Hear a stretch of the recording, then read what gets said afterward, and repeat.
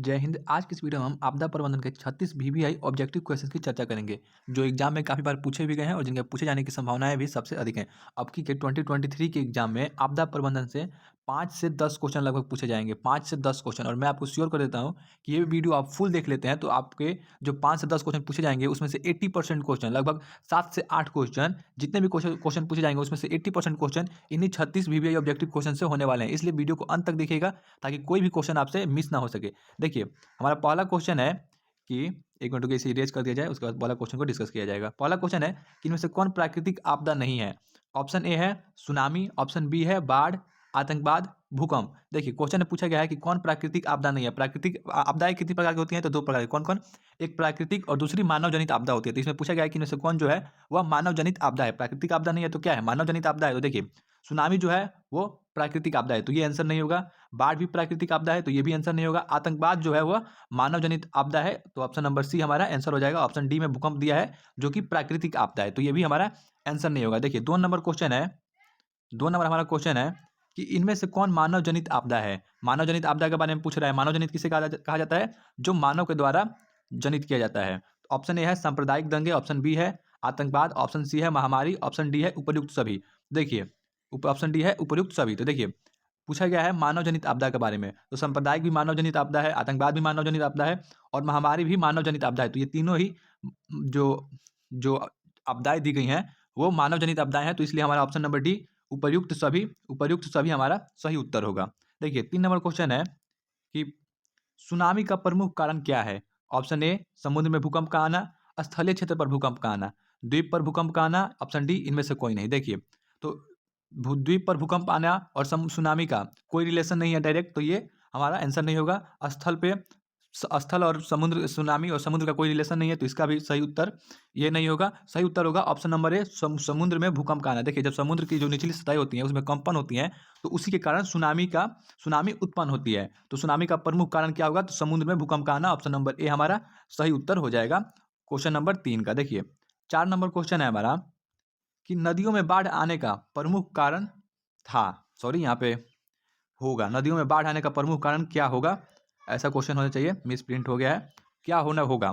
तो देखिए, option A हमारा दिया गया है जल की अधिकता, ऑप्शन बी नदी की तली में अवसाद पर जमाव, वर्षा की अधिकता, ऑप्शन डी उपयुक्त में से कोई नहीं। देखिए, हमारा क्वेश्चन पूछा गया है कि नदियों में बाढ़ आने का प्रमुख कारण। देखिए, यहाँ पे यदि ये क्वेश्चन में ये बात नहीं लिखा होता प्रमुख, क्वेश्चन इस प्रकार रहता है कि नदी में बाढ़ आने का कारण क्या है, क्या होगा। और यदि ऑप्शन में दिया हो उपयुक्त सभी, ऑप्शन नंबर डी में दिया हो उपयुक्त इतना ना दिया हो और दिया हो उपयुक्त सभी, तो हम उपयुक्त सभी को लगाएंगे।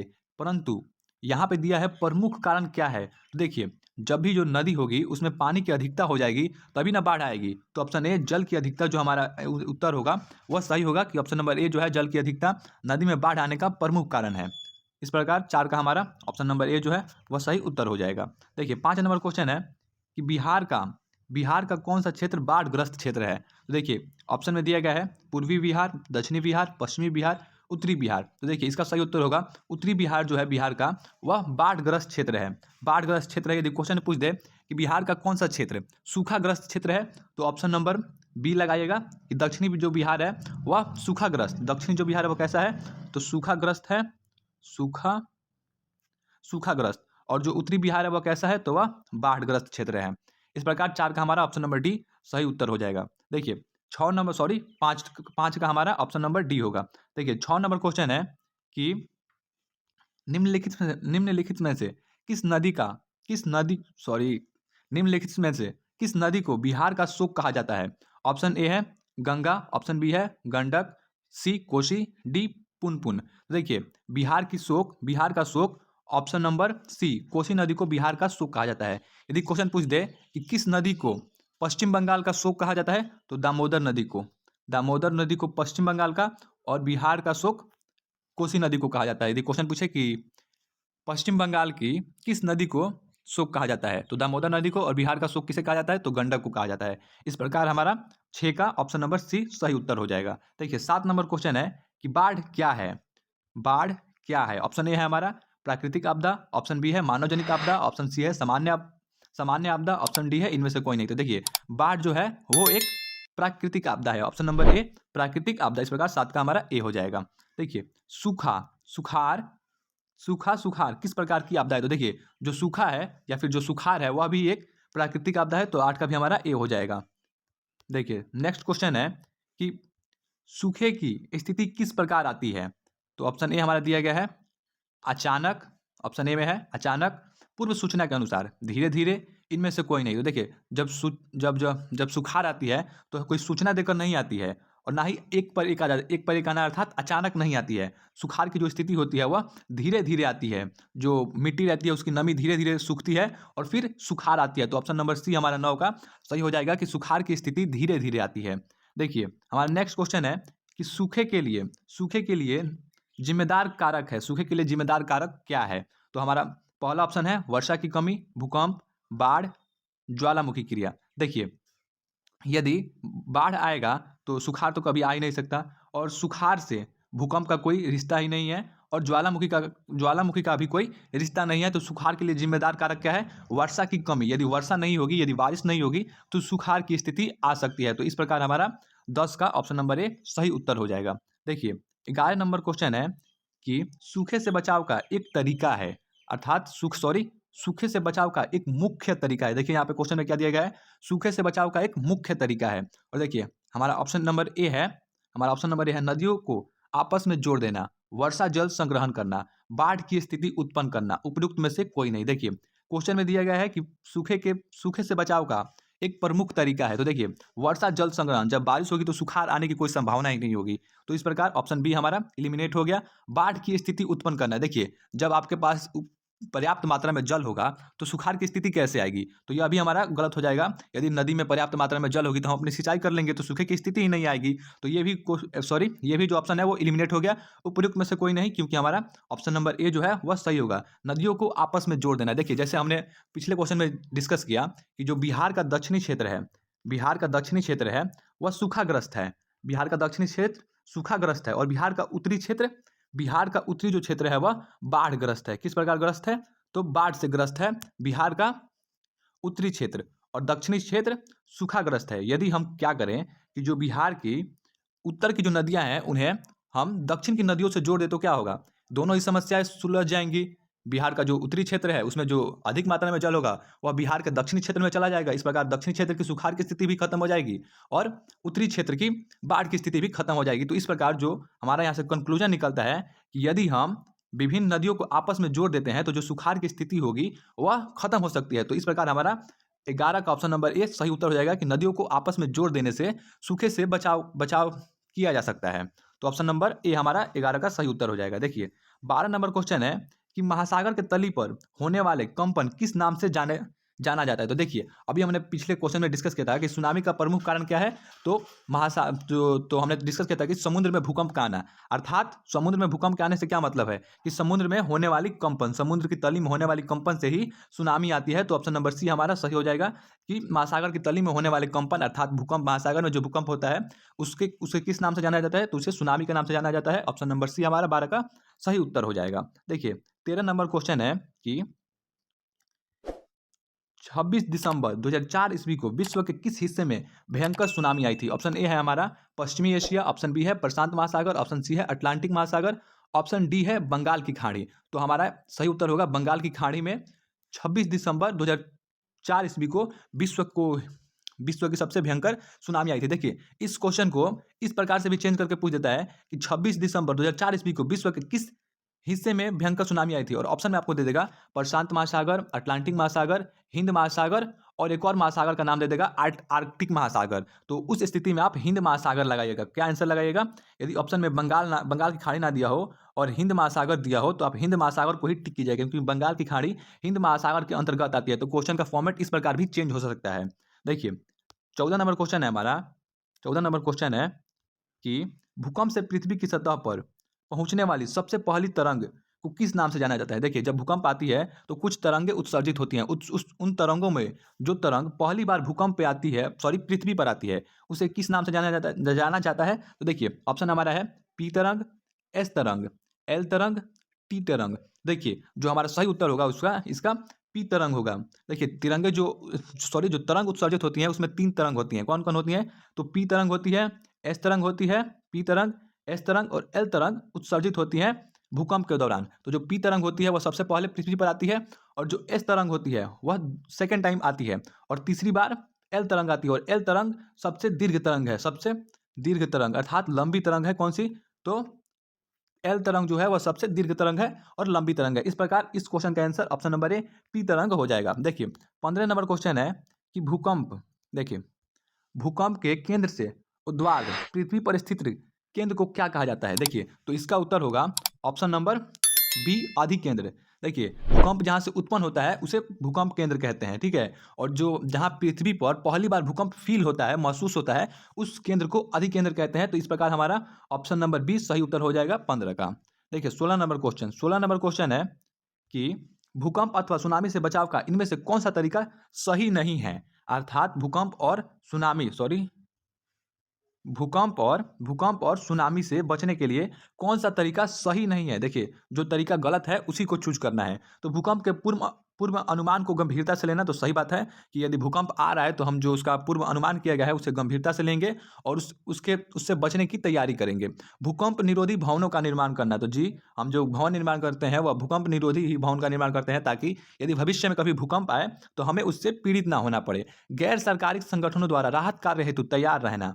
देखिए यदि राहत केंद्र किसी के द्वारा भी बनाया गया है, गैर सरकारी संगठनों द्वारा राहत कार्य हेतु तैयार रहना, तो हमें उसमें हिस्सा लेना चाहिए। भगवान भरोसे बैठे रहना, देखिए भगवान भरोसे बैठा रहना ऑप्शन नंबर में डी में दिया है कि जब भूकंप अथवा सुनामी की स्थिति है तो हम बचाव का कौन सा तरीका सही नहीं है। तो ऑप्शन नंबर डी में दिया गया है कि जब भूकंप या सुनामी आएगा तो हम भगवान भरोसे बैठेंगे, तो ये तरीका एकदम गलत है। तो हमारा ऑप्शन नंबर डी 16 का सही हो जाएगा, क्योंकि हम इस स्थिति में भगवान भरोसे नहीं बैठ सकते, हमें खुद कुछ करना पड़ेगा। देखिए 17 नंबर हमारा क्वेश्चन है कि बाढ़ के समय निम्नलिखित में से किस स्थान पर जाना चाहिए? देखिए बाढ़ की आने की स्थिति में निम्नलिखित में से किस स्थान पर जाना चाहिए?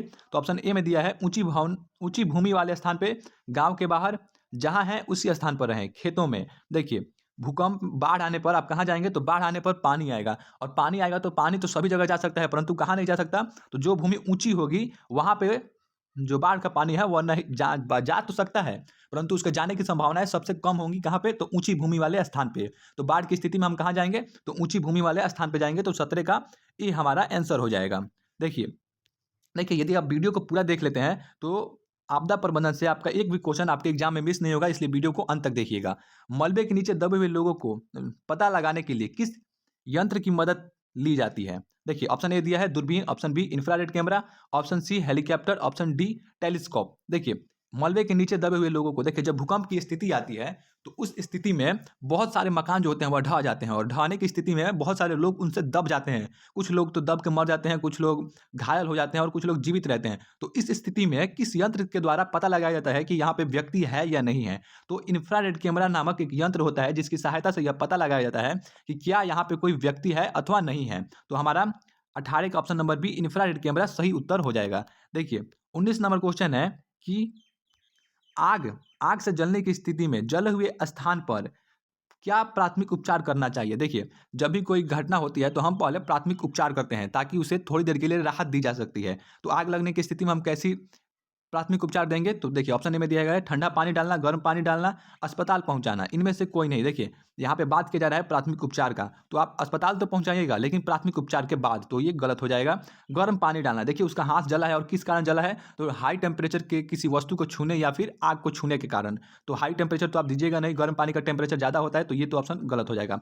ठंडा पानी डालना, देखिए ठंडा पानी डालिएगा तो उसे कुछ समय के लिए राहत मिल सकती है, उसके बाद आप अस्पताल पहुंचाइएगा उसको। तो ऑप्शन नंबर ए हमारा 19 का सही हो जाएगा, ऑप्शन नंबर ए। देखिए यदि आप आपदा प्रबंधन को कॉमन सेंस से भी कॉमन सेंस से भी बनाते हैं तो आप इसका सही जवाब प्राप्त कर सकते हैं। बस्ती मकान में आग लगने की स्थिति में क्या करनी चाहिए? तो देखिए जब आग लगती है तो आप क्या करते हैं? अग्निशामक यंत्र को बुलाना, दरवाजे खिड़कियां लगाना, आग बुझने तक इंतजार करना। इनमें से कोई नहीं। देखिए तो आग बुझने तक इंतजार तो नहीं कर सकते, क्योंकि जब तक आप आग बुझाइएगा नहीं तो वह खुद से, जब तक पूरा जो एरिया होगा उसे जला नहीं देती तब तक वह बुझेगी नहीं। दरवाजे खिड़की लगाना, देखिए अब घर में आग लगा है और उस समय आप दरवाजे खिड़की लगाइएगा, तो ये एकदम मूर्खता वाली बात है। अग्निशामक यंत्र को बुलाना, देखिए जैसे भी हमारे गांव में, शहर में जब भी आग लगती है तो हम सीधा अग्निशामक यंत्र को कॉल करते हैं कि आइए यहाँ पे आग लग चुकी है। तो आप क्या कीजिएगा? आग लगने पर ऑप्शन नंबर ए की ओर जाएंगे, हम अग्निशामक यंत्र को बुलाएंगे। तो हमारा 20 का ऑप्शन नंबर ए सही उत्तर हो जाएगा। सुनामी किस स्थान पर आती है? सुनामी किस स्थान पर आती है? तो देखिए ऑप्शन ए में है स्थल, आसमान, समुद्र, इनमें से कोई नहीं। देखिए पिछले 2 क्वेश्चन में हमने डिस्कस किया था कि समुद्र में जब भी भूकंप आती है तो उसी के कारण सुनामी उत्पन्न होती है। तो सुनामी किस स्थान पे आती है? तो ऑप्शन नंबर सी, सुनामी समुद्र में आती है। इस प्रकार 21 का सी उत्तर हो जाएगा। देखिए, सामान्य संचार व्यवस्था के बाधित होने का मुख्य कारण है, अर्थात जो कम्युनिकेशन का जो व्यवस्था है वह कैसे बाधित हो जाती है? तो केबल का टूट जाना। ऑप्शन ए है केबल का टूट जाना, ऑप्शन बी टावरों की ऊंचाई में कमी, संचार टावरों की दूरी, इनमें से कोई नहीं। देखिए, सामान्य संचार व्यवस्था का बाधित होने का कारण है, देखिए संचार जो व्यवस्था है वह हमेशा जारी रहती है, परंतु कुछ स्थितियां कभी-कभी ऐसी आ जाती हैं कि वह बाधित हो जाती हैं। तो बाधित क्यों होती हैं? तो टावरों की ऊंचाई में कमी। देखिए ऊंचाई में कमी का कोई संबंध नहीं है इसका। संचार टावरों की दूरी से भी कोई संबंध नहीं है। केबल का टूट जाना, जो केबल होता है वह जब टूट जाता है तो सामान्य संचार व्यवस्था जो है वह बाधित हो जाती है। ये कब टूटता है? तो बाढ़, भूकंप आदि जो आपदाएँ आती हैं उन्हीं के समय ये केबल का जो तार होता है वह टूट जाता है और इसी के कारण सामान्य संचार व्यवस्था जो होती है वह बाधित हो जाती है। तो ऑप्शन नंबर ए हमारा 22 का सही उत्तर हो जाएगा। देखिए 23 नंबर क्वेश्चन है कि संचार का सबसे लोकप्रिय साधन क्या है? तो आपको तो ये क्वेश्चन का आंसर ऐसे ही पता होगा। ऑप्शन ए है सार्वजनिक टेलीफ़ोन, मोबाइल, वॉकी-टॉकी, रेडियो। देखिए, आजकल कौन-सा ऐसा व्यक्ति है जिसके हाथ में मोबाइल नहीं है? तो मोबाइल अर्थात सबके पास है, तो मोबाइल जो है वह संचार का सबसे लोकप्रिय साधन है क्योंकि आज हर व्यक्ति के पास लगभग हर व्यक्ति के पास मोबाइल है। किसी को किसी से कुछ बात कहनी है, हाँ, कहाँ हैं? हम यहाँ हैं, वहाँ हैं, संचार हो रहा है किसके द्वारा? मोबाइल के द्वारा। तो जो मोबाइल है वह सबसे लोकप्रिय साधन है क्योंकि आज लगभग हर व्यक्ति के पास मोबाइल की उपस्थिति दर्ज हो चुकी है। देखिए 24 नंबर क्वेश्चन है कि सुदूर संवेदी उपग्रह रेडियो रिमोट सेंसिंग उपग्रह का प्रयोग किस लिए होता है? ऑप्शन ए है दूर संचार के लिए, मौसम विज्ञान के लिए, दूरदर्शन के लिए, संसाधनों की खोज के लिए। तो देखिए इसका सही उत्तर होगा संसाधनों की खोज के लिए। कहीं-कहीं इसका उत्तर आपको दूसरा बताया जाता है, परंतु आप जाके बुक को प्रॉपर रीड कीजिएगा, आपको मिलेगा कि सुदूर संवेदी उपग्रह का उपयोग संसाधनों की खोज के लिए किया जाता है। ऑप्शन नंबर सी हमारा 24 का सही उत्तर हो जाएगा। देखिए 25 नंबर क्वेश्चन है कि निम्नलिखित में से कौन प्राकृतिक आपदा है? तो देखिए ऑप्शन ए है हमारा आग लगना, बम विस्फोट, भूकंप, रासायनिक दुर्घटना। रासायनिक दुर्घटना जो होती है वो मानव क्रियाओं के द्वारा होती है, बम विस्फोट भी इसी के कारण होती है मानव के द्वारा। आग लगने की जो स्थिति आती है वह भी किसी मानव के लापरवाही के कारण ही होती है। यानी ये जो तीनों क्रियाएँ हैं वो मानव जनित आपदा के अंतर्गत आएँगी और जो भूकंप होगा वो प्राकृतिक आपदा होगा। तो ऑप्शन नंबर सी हमारा 25 का सही उत्तर हो जाएगा कि जो भूकंप है वह प्राकृतिक आपदा है। देखिए 26 नंबर हमारा क्वेश्चन है कि भूकंप संभावित क्षेत्रों में भवनों की आकृति कैसी होनी चाहिए? ऑप्शन ए है अंडाकार, ऑप्शन बी है त्रिभुजाकार, चौकोर, आयताकार। तो देखिए जो भूकंप संभावित क्षेत्र होते हैं उनमें भवनों की आकृति आयताकार होनी चाहिए ताकि भूकंप की आने की स्थिति में जो मकान हो उसे कम से कम हानि पहुंच सके। देखिए भूस्खलन वाले क्षेत्र में ढलान पर मकानों का निर्माण निर्माण क्या है? देखिए भूस्खलन का अर्थ होता है जो 1 मिनट रुकिए इसे इरेज़ कर दिया जाए। भूस्खलन का अर्थ होता है जो मिट्टी होती है उसका कटाव। तो भूस्खलन वाले क्षेत्र में ढलान पर मकानों का देखिए पहला तो हमें क्या दे दिया गया है भूस्खलन, दूसरा क्या दिया गया है ढलान वाला क्षेत्र। यानी कोई ऐसा क्षेत्र है जो ढलान है और वहाँ पे भूस्खलन हो रही है अर्थात जो मिट्टी है वो कट-कट के नीचे आ रही है। ऐसे स्थानों पर मकान का निर्माण करना उचित है कि नहीं? ये देखिए यदि आप ढलान वाले क्षेत्र पे मकान बनाते हैं जहाँ भूस्खलन की स्थिति संभवतः कभी-कभी आया करती है। तो देखिए जब भी भूस्खलन की स्थिति आएगी तो आप जो ढलान पर मकान बनाए हुए हैं वो मकान उस मिट्टी के साथ-साथ नीचे गिर जाएगी। तो यह जो भूस्खलन वाले क्षेत्र में मकान बनाने की स्थिति है वह अनुचित है अर्थात उचित नहीं है क्योंकि यह कभी भी मकान जो है वह गिर सकता है और उससे काफ़ी जान-माल की हानि हो सकती है। इसलिए यह उचित नहीं है। सुनामी प्रभावित क्षेत्र में मकान का निर्माण कहाँ करना चाहिए? देखिए जो क्षेत्र जो है वह सुनामी प्रभावित है वहाँ पे मकान का निर्माण कहाँ करना चाहिए? तो समुद्र तट के निकट, समुद्र तट से दूर ऊँचाई पर, समुद्र तट से दूर इनमें से कोई नहीं। तो देखिए यदि आप सुनामी प्रभावित क्षेत्र में मकान का निर्माण करते हैं तो समुद्र तट से निकट कीजिएगा कि सुनामी आए समुद्र से और घर लेकर चली जाए तो नहीं कीजिएगा आप क्योंकि आप भी जानते हैं सुनामी आएगी समुद्र के निकट घर बनाइएगा तो लेकर चली जाएगी। समुद्र तट से दूर ऊंचाई पर, देखिए यदि आप समुद्र तट से दूर ऊंचाई पर घर बनाते हैं तो वहाँ पे सुनामी के आने की संभावनाएं सबसे कम होंगी। इसलिए हमारा उत्तर ऑप्शन नंबर बी हो जाएगा सही उत्तर। देखिए यहाँ पे भी दिया है समुद्र तट से दूर, लेकिन यहाँ पे एक और लाइन जोड़ दिया है समुद्र तट से दूर ऊंचाई पर, अर्थात जब आप ऊंचाई जोड़ देते हैं तो आपका ऑप्शन नंबर बी जो है वह सही उत्तर हो जाएगा 28 का। देखिए 29 नंबर क्वेश्चन है कि बाढ़ से सबसे अधिक हानि होती है। ऑप्शन नंबर ए है भवनों को, फसलों को, पशुओं को, उपर्युक्त सभी को। देखिए यहाँ पे क्वेश्चन में दिया है कि बाढ़ से सबसे अधिक, यहाँ पे एक शब्द जोड़ दिया है अधिक। यदि ये शब्द नहीं होता, सबसे अधिक जो शब्द है वह नहीं होता तो इसका उत्तर होगा ऑप्शन नंबर डी बाढ़ से हानि होती है। तो इसका उत्तर हो जाएगा ऑप्शन नंबर डी उपर्युक्त सभी को। भवन को भी हानि होती है बाढ़ से, फसल को भी होती है और पशुओं को भी होती है, लेकिन यहाँ पे एक लाइन ऐड कर दिया है सबसे अधिक। तो सबसे अधिक ऐड होने के स्थिति में इसका सही उत्तर होगा फसलों को, कि जो बाढ़ से सबसे अधिक हानि होती है वह फसलों को होती है। देखिए, यदि आप चाहिएगा तो पशुओं को बाढ़ग्रस्त क्षेत्र से निकाल सकते हैं, भवनों को जो होती है वह काफ़ी कम हानि होती है, लेकिन फसलों को बहुत गंभीर समस्या से जूझना पड़ती है बाढ़ की स्थिति आने पर। तो इस प्रकार हमारा 29 का बी हो जाएगा कि जब बाढ़ आती है तो सबसे अधिक हानि फसल को होती है।